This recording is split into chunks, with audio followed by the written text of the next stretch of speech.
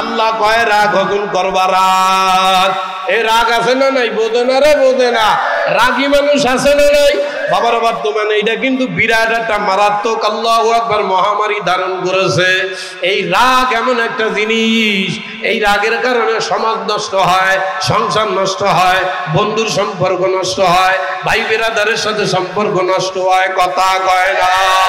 দেখবেন কিছু মানুষ আছে কথা কইলেই সাথে, ভালো কথা কইলেও সাথে, খারাপ কথা কইলেও সাথে, নানা মিথ্যা কথা কই আছে না? ভালো কথা কইছে সেইটা মেয়েটা আগুন হয়ে যায়। বাবারে যাদের ভিতরে এইসব বদ রাগের স্বভাব আছে, পাও দুইটা ধরি তুমি মুত্তাকি হইতে পারবা না আমার সোনা পাখিরা। আল্লাহ পাক বলে যদি মুত্তাকি হইয়া আমি মাওলার বন্ধু হইয়া জান্নাতি হইতে চাও, দুই নম্বর গুণ ওয়াল কাযিবিনাল গায়জ, রাগ হজম কইরা দাও, রাগ হজম কইরা দাও। তুমি রাগ হবা না, সচরাচর রাগ হবা না। রাগ একটা মহামারী, বিপদ। এ বাবা রাগের অপর নাম হইল আগুন। আগুনের স্বভাব জ্বালায়া পোড়াইয়া দেয়। তুমি যদি অতিরিক্ত মারাত্মক বদরাগী হও, তোমার ঈমান আমল পোড়াইয়া দেবে, কথা কয় না। এই জন্য আল্লাহ কয় আমার মুত্তাকি বান্দা যারা, তাদের ভিতরে দুই নম্বর গুণ হইল তারা যখনই রাগ হয় নিজের রাগ হজম করে, নিজের রাগ দমায়া রাখে। এ বাবারে রাগ দমন না করলে কি হয়? আল্লাহু আকবার, মারাত্মক ক্ষতি হয়। রাগ হওয়ার পরে এত ভালোবাসার বউরে তালাক দিয়া দেয়, দেয় না? দেয় না? ল্যাংড়া কালের থেকে 30 বছর পর্যন্ত বন্ধুত্বের সম্পর্ক, আর এই সম্পর্কের মধ্যে কোন কথায় কথায় কথা কাটি কাটি বাইটা গেছে, বাস মোটামুটি আল্লাহু আকবার বন্ধুর লগে ফাটাফাটি মারামারি শুরু কইরা দিছে। এতদিনের পুরান সম্পর্ক ধ্বংস হইয়া গেল গা।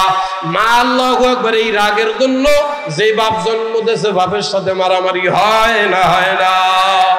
বাপের কয় জমি ওইটা আমারে দাও, বাপে কয় না ওইটা তোমার দেওয়া দিবে না, সমস্যা দেওয়াই লাগবে জোর করে। বাপে কয় তোরে ত্যায্য করে দিব, বেয়াদব তুই আমার লগে এমনি কথা কও। ত্যায্য করবি তো ঠিক আছে, আমিও কুড়াল দিয়া দিলাম, ত্যায্য কইরা কথা কয় না। আর দুঃখ করে বর্তমান দুনিয়ার মা বাবারা নিজের পায়ে নিজে কুড়াল মারে। এ বাবারে পুরান কথা আবার কইলে কেমন হয়? নিজে মা বাপেরা নিজের পায়ে কুড়াল মারে। যেই মা বাপ সন্তানের ভিতরে আল্লাহর সম্পর্ক না ঢুকাইয়া দুনিয়ার ধন সম্পদ ইনকাম করার লোভ ঢুকায়, এইসব পোলাপানের হাতেই মা বাবা মাইর খায়। কথা কয় না, কথা কয় না। এ বাবার 1-1.5 সপ্তাহ আগে আপনারা দেখছেন কিনা আমি জানি না, আমি দেখছি এই ফেসবুকে ঘুরে বেড়াইছে একটা ভিডিও। একটা ছেলে তার বাপের সম্পদ বন্টনে খুশি হয় নাই, বাবারে রাগ হইয়া আইসা বাপের সামনে দাঁড়াইয়া, আমার মনে হয় ওর হাতের মধ্যে মনে হয় মটর লাগাই দেওয়া হয়েছিল। শুধু মুখের উপরে অন্তত 20-22টা ঘুষি দিছে বাপেরে। কথা কয় না, কথা কয় না। জাগায় রক্ত বাইরে হয়ে গেছে। আর রাগ হইলে মানুষ মুখ দিয়ে ঘুষি তো দেয়, একটা ক্ষান্ত থাকে। আমি সবচাইতে কষ্ট পাইয়া কান্দা দিছি ওই দৃশ্য দেখা। ছেলের পায়ে অনেক দামি বুট জুতা, এই বুট জুতা দিয়ে যখন মুখে লাথি মারছে বাপ আর সহ্য করতে পারে না, জাগায় গাইতে ভইরা গেছে রে বাবা। মানুষ ঠেকাইতেও পারে না, বাপরে মারতে যায়। কারণ কি বাবা? ছেলের ভিতরে সম্পদের লোভ। এই সম্পদের লোভের কারণে সম্পদের চাইতো মূল্যবান মা বাবা, সম্পদের চাইতো দামি জিনিস মা বাবা রে। এই সম্পদের লাইগা মা বাপের মতো দামি জিনিস মাইরা শেষ কইরা দেয়। তবুও তো রাগের কারণে, রাগ হজম করো ভাই। যার ভিতরে রাগ হয় সে সব শেষ কইরা ফেলায়। এই জন্য আল্লাহর নবী কয় রাগ হইয়া তুমি মানুষ মাইরা ফেলাইলা, তুমি বীর হবা না। নবী হাদিসের মধ্যে কয় লাইসা শাদীদু বিসরাহাতি ইন্নামা শাদীদুল্লাযী ইয়ামলিকু নাফসাহু ইনদাল গাদাব। এ বাবারে, যুদ্ধের ময়দানে ওই ব্যক্তি বড় বীর হইতে পারে না যে রাগের মুহূর্তে তলোয়ার দিয়ে সবার কল্লা নামায়া দেয়, সে বড় বীর হয় না। নবী ডাক দিয়া কয় আল্লাহর রাসূলের নজরে সবচাইতে বড় বীর কে হয়? তাই যেই ব্যক্তি মারাত্মক রাগের সময়ও নিজের রাগ কন্ট্রোল রাখে, কথা কয় না। যেই ব্যক্তি রাগের সময় নিজের রাগকে কন্ট্রোল রাখতে পারে, এই ব্যক্তি আল্লাহর রাসূলের নজরে বীর। এ ভাই, রাগ কন্ট্রোল, রাগ হওয়া ভালো, রাগ হওয়াকে না হওয়া একদম ভালো না। জাগা বুঝা রাগ হয়েন, জাগা বুঝা রাগ হয়েন। রাগ মা বাপের সাথে হওয়া যাবে না, রাগ বিবির সাথে দেখান যাবে না, রাগ ঘরের মধ্যে দেখা যাবে না, রাগ বন্ধুর সাথে দেখানো যাবে না। একেবারে রাগ হবেন না এইটাও ভালো না, তবে জাগা মতো রাগ হইতে হবে। কোন জায়গায় রাগ হবে? এ যখনই দেখবেন ইসলামের বিরুদ্ধে, নবীর চরিত্র নিয়ে আজে বাজে কথা কয়, পুরা আপদ মস্তক রাগ হইয়া ইসলামের বিরুদ্ধে যারা চলে তাদের গর্দান নামাই দিতে হবে। কথা বোঝা গেছে না? যায় নাই? ইসলামের ফিতরাতের বাহিরে যদি কোনো ইসলামের বিরুদ্ধাচরণ যারা করে, নবীর বিরুদ্ধে যারা চলে, এদেরকে তুমি রাগ দমন কইরা চুমা দেবা, ওই রাগের আবার দাম নাই বাবা। রাগ দমন করবেন ঘরে, পারিপার্শ্বিক ঘরের ভিতরে, ইসলামের বিরুদ্ধে ব্যাপারে নয়। আরে কিছুদিন আগেও আমি একজন সমাজপন্থীদের এক ফেসবুকে একটা পোস্ট দিতে দেখেছিলাম। উনি বলছে এটা হইলো আমাদের মুসলমানদেরকে বর্তমান সুশীল সমাজের মানুষ ধোকা দেয়, আর এই ধোকার মধ্যে পইরা অনেক যুবকেরা এই তালেও পইরা যায়। কথাটা বুঝায় দেয়, বুঝা দেখো। এক বিশ্ববিদ্যালয়ের কে যেন নামটা আরে মনে নাই রে, যার আপনারা বুঝতে নেন, উনি পোস্ট দিয়েছিল বিষয় কি ফরিদপুর নিয়া। উনি লেখছে ইসলাম শান্তির ধর্ম, আল্লাহর নবী জীবনে কোনোদিন রাগ হয় নাই, কথা সত্য। মনে রাখবেন, আল্লাহর নবী জীবনে কোনোদিন কারোর উপরে রাগ হয় নাই, কথা সত্য। তবে নবী ব্যক্তিগতভাবে রাগ হয় নাই, কিন্তু ইসলামের ব্যাপারে রাগ হয়েছে। এক বেদুইন আল্লাহর নবীর কাছে ভিক্ষা চাইতে আইসা নবীর চাদর ধরে টান দিয়া গলার চামড়া ছিঁড়িয়ে গেছে নবীর, তবুও নবী তার উপরে রাগ হয় নাই, মিসকি হাসি দিছে। কিন্তু যখন নাকি ইসলামের বিরুদ্ধাচরণ কেউ করছে, ইসলামী ফিতরাতের বহির্ভূত কাজ কেউ করছে, তখন আল্লাহর নবীর চেহারা রাগে লাল হয়েছে। নবী নিজে যুদ্ধের ময়দানে মুজাহিদ হইয়া যুদ্ধ করেছে। তো উনি কি লাগছে? নবী জীবনে রাগ হয় নাই, ইসলাম শান্তির ধর্ম। ফরিদপুরে 2 জন মানুষ মারা গেছে, এই 2 জন মানুষের জন্য আমাদের দেশের মোল্লারা এরা ওর ইসলাম শান্তির ধর্মের নাম নিয়া রাস্তাঘাটে মিছিল মিটিং করিয়া দেশের মধ্যে অশান্তি সৃষ্টি করে। কত বড় সুশীল দেখেন, কত বড় দরদি, জনদরদি রে। আরে আমার ফরিদপুরের 2টা মুসলমান ভাইরে জ্যান্ত মাইরা ফেলাইলো, তোমাদের ভিতরে খারাপ লাগলো না? ভারতে মুসলমান গরুর গোশত খায়, এই জন্য মাইরা ফেলায়, তখন আর মায়া লাগে না। কিন্তু কোথায় কোনো জায়গায় কোনো মন্দিরে একজন পুরোহিত বা মন্দিরের ঠাকুরের লুঙ্গি কইলা বইরা গেল, এই দরদে সুশীল সমাজরা পাগল হইয়া যায়। ফরিদপুরে মুসলমানদেরকে যারা মেরেছে, ইনশাআল্লাহ তাদের বিচার করতে হবে। যারা এই বিচার করবে না, বাংলার জনগণ তাদের বিচার করবে। এটা কি বুঝতেছেন? বর্তমান বাংলাদেশে মুসলমানদের উপরে যত আঘাত আসে তখন কিছু করে না, কিন্তু বিদুর্বীদের কোনো একটু চুলচেরা সমস্যা হইলে গোটা দুনিয়া পাগল হয়ে যায়, মিডিয়া পাগল হয়ে যায়। আমাদের বাংলাদেশের নাস্তিক মার্কা মিডিয়াগুলা, আরে কথা কয় না, বাংলাদেশের নাস্তিক পাড়ার মিডিয়াগুলা ইসলামের বিরুদ্ধে কোথায় কোথায় খুদ আছে, ওই জায়গায় 32টা ক্যামেরা নিয়ে বইসা থাকে। কথা কয় না, কথা কয় না। ইসলামের যে বড় বড় ক্ষতি করতেছে, এই ব্যাপারে তাদের কোনো গবেষণা নাই। ভাই যেটা বলতেছিলাম, আল্লাহ কয় যদি মুত্তাকি হতে চাও, 2 নম্বর গুণ ওয়াল কাযিবিনাল গায়জ, নিজের রাগ হজম করো, রাগ হজম করো। নাম্বার 3 আল্লাহ পাক কয় ওয়াল আফিনা আনিন নাস। আমার মহব্বতের বান্দা বান্দিরা, আমার মহব্বতের বান্দা বান্দিরা, যদি আমি আল্লাহ পাকের তাকওয়াওয়ালা বান্দা মুত্তাকি হইতে চাও, তাইলে তোমার 3 নম্বর গুণ হবে ওয়াল আফিনা আনিন নাস, মানুষের অপরাধ ক্ষমা কইরা দেওয়া। কথা কয় না, কথা কয় না। মানুষের অপরাধ কি করা? বলেন না, বলেন না, বলেন না। মানুষের অপরাধ ক্ষমা কইরা দেওয়া। কোন মানুষ একজন ব্যক্তিগতভাবে আপনার সাথে খারাপ ব্যবহার করেছে, আপনি তারে মাফ কইরা দেন। কোন একজন মানুষ আপনার সাথে অন্যায় করেছে, আপনি তারে মাফ কইরা দেন। এভাবে যদি মাফ করার অভ্যাস যদি আপনার থাকে, আল্লাহ পাক কিয়ামতের ময়দানে, আল্লাহ পাক কিয়ামতের ময়দানে আপনার কোটি কোটি গুনাহ ক্ষমা কইরা দিয়া জান্নাত দিয়া দিবেন। কিছু মানুষ আছে দেখবেন ওই যে ৬-৭ বছর আগে কোথায় রাস্তায় দেখা হয়েছিল, কথায় কথায় তারে অপমান করেছিল, ওইটা বুকের মধ্যে জমায় রাখছে ৬ বছর পর্যন্ত।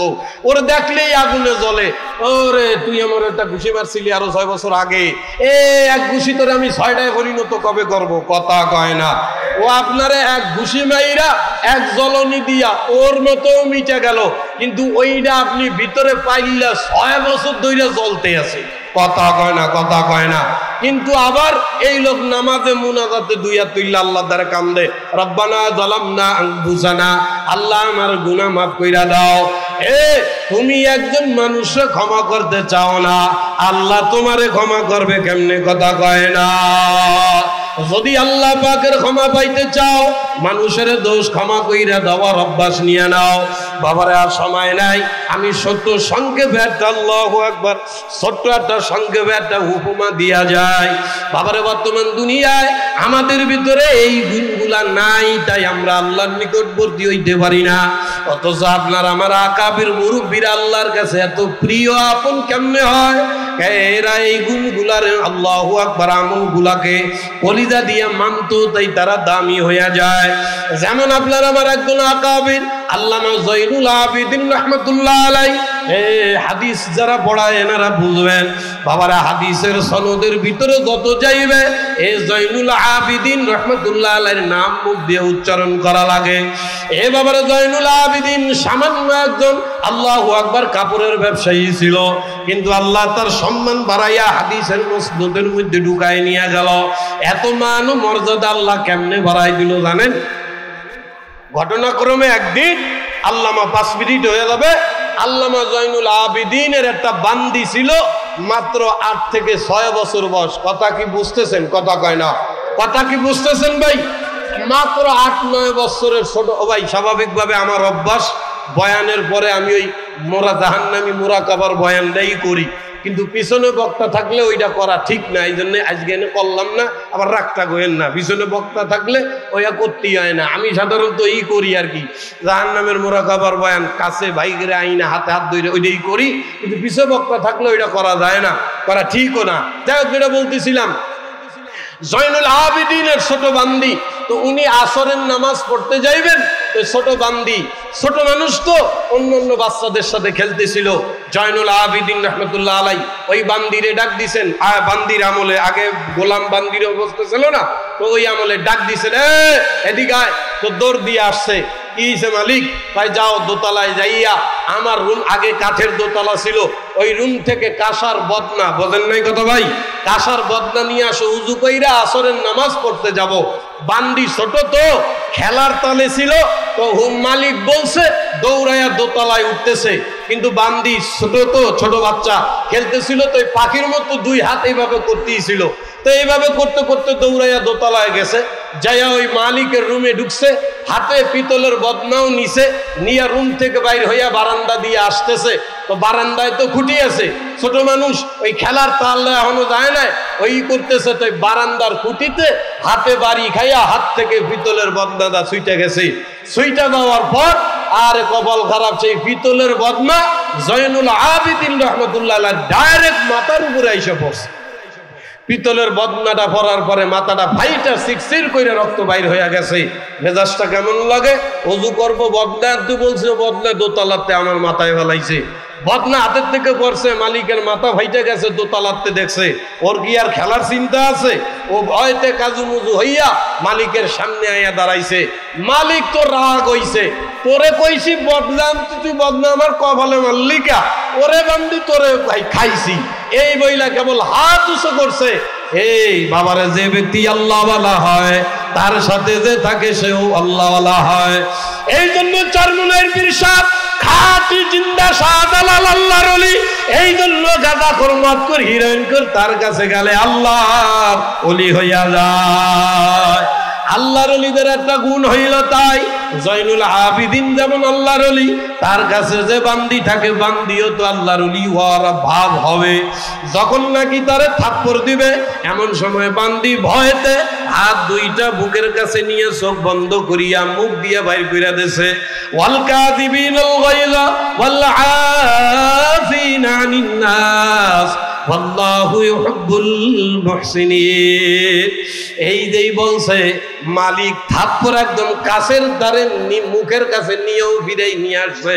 ফিরে আইনা আবার জিজ্ঞাসা করে, বান্দি কি বললি তুই? ও মালিক আমি তো বলি নাই, আমার মাওলায় কোরআনে বলছে ওয়াল কাযিবিনাল গায়জ, যেই বান্দা তার রাগ হজম করিয়া দেয়, ওয়াল আফিনা আনিন নাস, মানুষের অপরাধ ক্ষমা করিয়া দেয়, ওয়াল্লাহু ইউহিব্বুল মুহসিনিন, আমার মাওলা তাদেরকে বড় ভালোবাসে। জয়নুল আবেদিন এমন কঠিন রাগের মুহূর্ত হাত ফিরে আইনা কয়, তুই আমার মাওলার ভালোবাসার প্রস্তাব দিলি, তাই যা আমার রাগ হজম করিয়া দিলাম, তোরেও ক্ষমা কইরা দিলাম, বিনিময়ে মাওলার ভালোবাসা পাইলাম। আমার মাওলার ভালোবাসা আমার কাছে এত দামি যে তোর মাধ্যমে মাওলার ভালোবাসা যেহেতু পাইছি, যা বান্দি তোরে অনেক চড়া মূল্য দিয়া কিনেছিলাম, আজ থেকে আমি তোরে আযাব কইরা দিলাম। সুবহানাল্লাহ। এজন্য আল্লাহ পাক তার মাকাম উঁচা কইরা দিছে। আমরাও পারবো ইনশাআল্লাহ। পারবো না ভাই ইনশাআল্লাহ? আরে কথা কয় না ইনশাআল্লাহ। দমন কেমনে করবেন আমি 30 সেকেন্ডের মধ্যে সংক্ষেপে কই। চাইরোটাই নবীর হাদিস। আল্লাহর নবী বলে, কেউ যদি রাগ হয় তো তুমি গোনো গোনো মুখ দিয়া বলবা আউযু বিল্লাহি মিনাশ শাইতানির রাজিম। কথা কয় না, কথা কয় না। আপনাদের আশপাশেও যদি দেখেন কেউ রাগ এই মোরে আগুন আগুন আগুনের গতি উপরের দিকে না, রাগের অপর নাম আগুন। দেখবেন মানুষ রাগ হইলে বসা থাকলে কিন্তু উঠতে যায়, তোরে আজকে খাইছে। কথা কয় না। কেউ যদি রাগ হয় তারে ডাইরেক্ট না বইলা পাশে পড়তে থাকবে না আউযু বিল্লাহি মিনাশ শাইতানির রাজিম। নবী বলে, কেউ যদি রাগ হয় আউযু বিল্লাহি মিনাশ শাইতানির রাজিম পড়লে আল্লাহ পাক তার রাগ মাটি কইরা দেয়। নাম্বার 2, কেউ যদি মারাত্মক রাগ হয়, আল্লাহ রাসূল কয় দাঁড়ানো অবস্থায় থাকলে বসবা, বসা অবস্থায় রাগ হইলে শুইয়া পড়বা। তারপরেও যদি রাগ না হয়, আল্লাহর ওলিরা কয় মাটিতে কয়েকটা ঘোরাঘুরি দিবা, রাগ পানি হইয়া যাবে। সুবহানাল্লাহ। নাম্বার 3, কেউ যদি মারাত্মক রাগ হয়, নবী বলে এমন রাগ হইছো কন্ট্রোলই করতে পারো না, নবী ডাক দিয়া কয় যাও সুন্দর মতো আগে উযু কইরা নাও। কি করবে বলেন বলেন বলেন? কয় রাগ শয়তান থেইকা, আর শয়তান ওয়াশাইতানু খুলিকা মিনান নার, আর শয়তান হইল আগুন থেইকা, আগুন নিবায় পানি দিয়া। কেউ যদি রাগ হয় উযু করবে, বাস মাশাআল্লাহ রাগ নিভবে যাবে। পারবো না ইনশাআল্লাহ ভাই, পারবো না ইনশাআল্লাহ।